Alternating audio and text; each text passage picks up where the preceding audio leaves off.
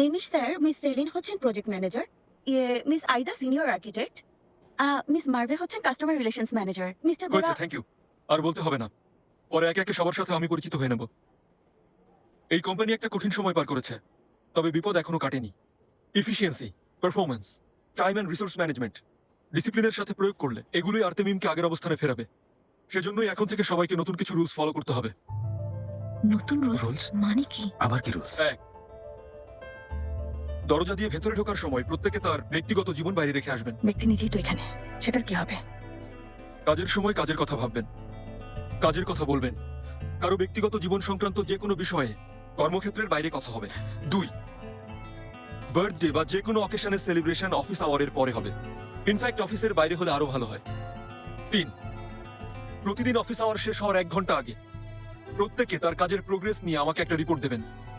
4, সবাই অফিসে এবং সব ধরনের মিটিংয়ে 20 মিনিট আগে উপস্থিত হবেন। মিস আজমি রেকর্ড রাখবেন। রুলসের লিস্ট সবাইকে মেল করে পাঠিয়ে দেওয়া হবে।